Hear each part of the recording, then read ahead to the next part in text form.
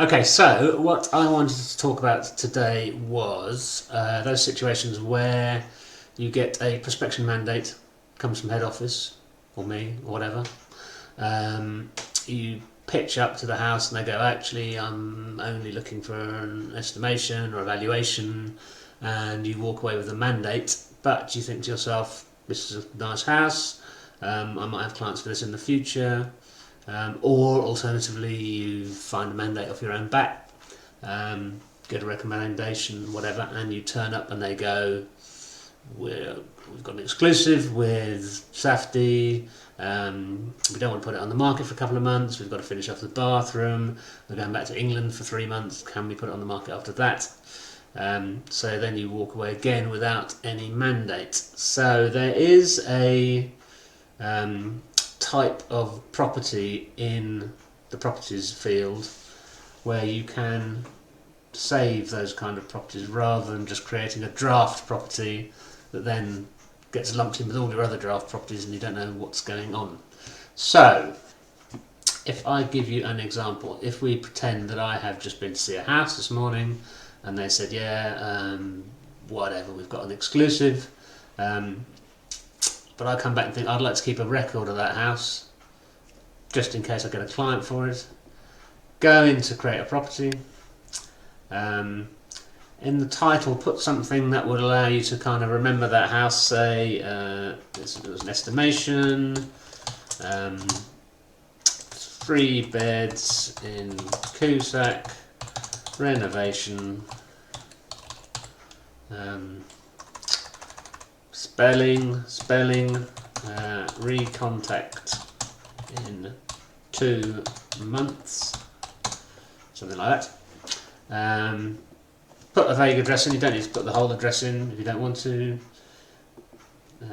Postcode 50, Cusack, 80150, not 78 150, 80150. Cusack.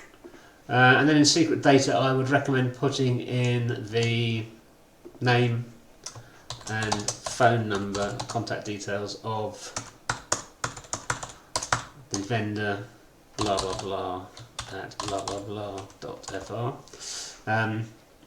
because you can't create a client without a mandate and you don't want to go through the whole palaver of creating the whole mandate because you might not know what the cadastral references are, etc, etc. So click on next, give it a little bit of a type, say yeah, it was a house, condition to be renovated, summary for create, confirm the property creation.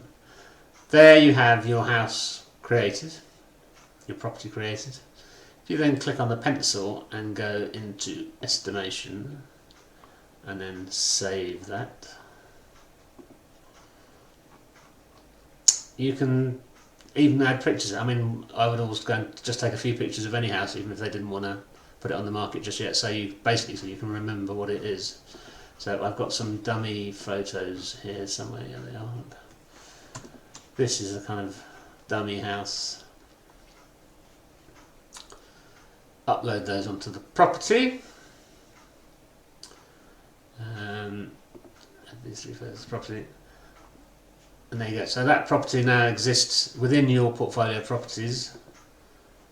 Click on me and then click on status estimation. It should be the only one there. And it is.